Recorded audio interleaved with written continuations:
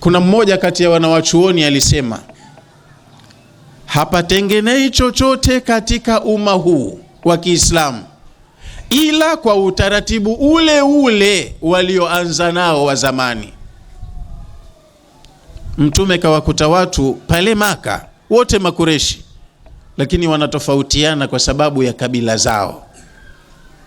Sisi tuna wasomi zaidi, wale ndo wenye dhamana ya ufunguo Al-Kaaba, lakini sisi matajiri sana, sisi tuko hivi.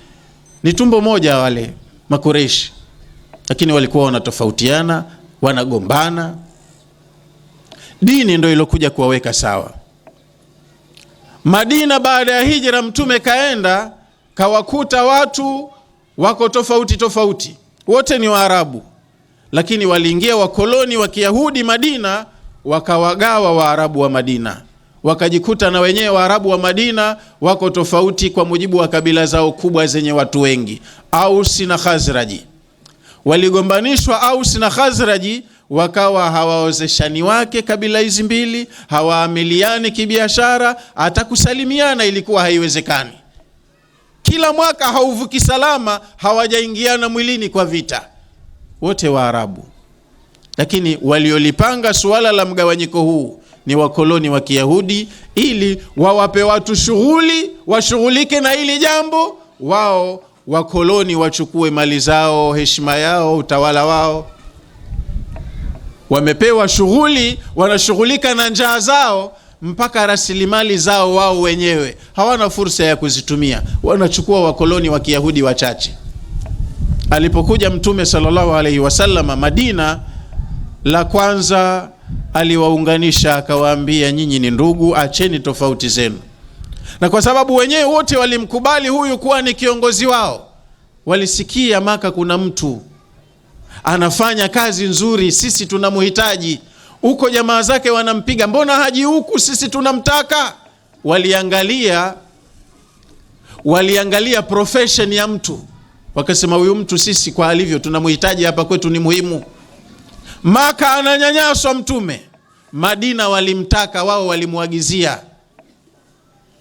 Alipokuja kwa mioyo yao wakampokea, wakakinai kuwa ndio kiongozi wao.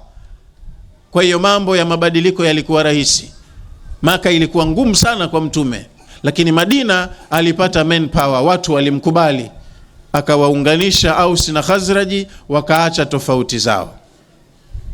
Halafu kuna suala moja tete gumu, lingelimchachafya au lingemharibia, lingempatabu, la kwamba yeye Mtume pale Madina ni mgeni, na alikotoka Maka hakuja peke yake, kaja na wageni wengine, wahamiaji wanaitwa muhajirin. Akatengeneza udugu pia baina ya wenyeji na wageni. Watu hawa wote kwa pamoja wakakinai Mtume sallallahu alaihi wasallam ndo kiongozi wao, wakawa wanamuheshimu na wakamtii.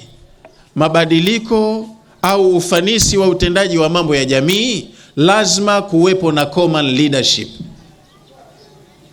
uongozi wa pamoja.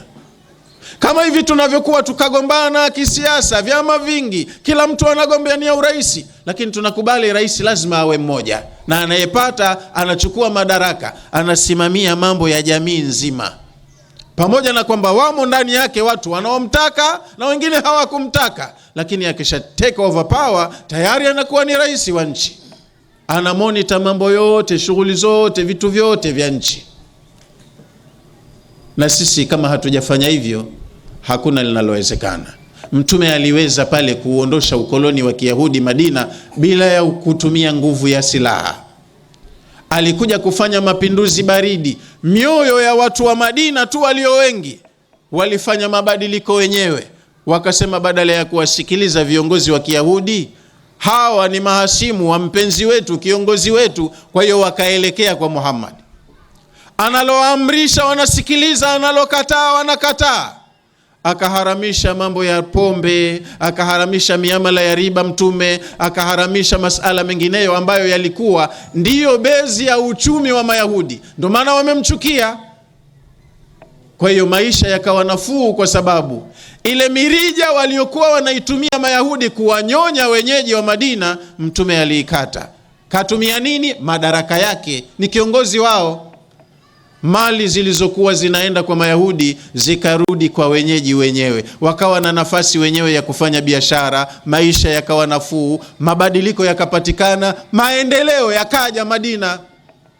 Binafsi hata ilipokuja amri ya jihadi wapigane vita, walihoji waumini, kwa nini unatufaradhishia vita? Lima katabta alaina alqital, kwa sababu maisha yalishawachanganyia ndani ya muda mfupi tu.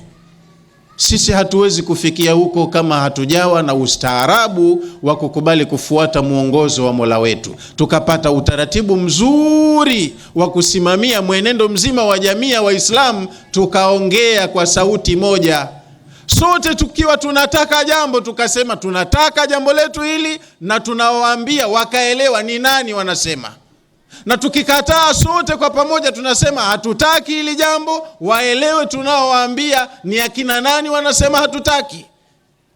Hapo ndo tunaweza tukapanga, tukasimamia, na tukaona faida ya tulichopanga na tulichokisimamia, na lazima Allah atatupa mabadiliko. Kwa hiyo napenda kwa sasa, kutokana na wakati, niishie hapo, ila kwa muhtasari tu niseme, au labda tutakuja kuzungumza wa muhtasari baadaye, maana naambia tutaswali magharibi kwanza, alafu tutakuja hapa, kutakuwa na session ya maswali baadaye. Lakini kwa ufupi ni kwamba la msingi ni elimu. Tufanye utaratibu, mtandao mzuri wa kuwapa elimu watu wetu, kwa sababu bila ya elimu ufanisi wa utekelezaji wa mambo unakosekana. Halafu lazima tuwe na utaratibu wa usimamizi, jambo ambalo halisimamiwi haliwi. Kama wanavyosema Waswahili, ukiona vinaelea vimeundwa.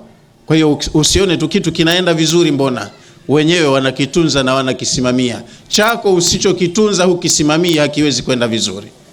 Kwa sasa naona nifikie hapa, tufanye matayarisho kidogo ya swala, tutakuja kuendelea na kipindi kingine baada.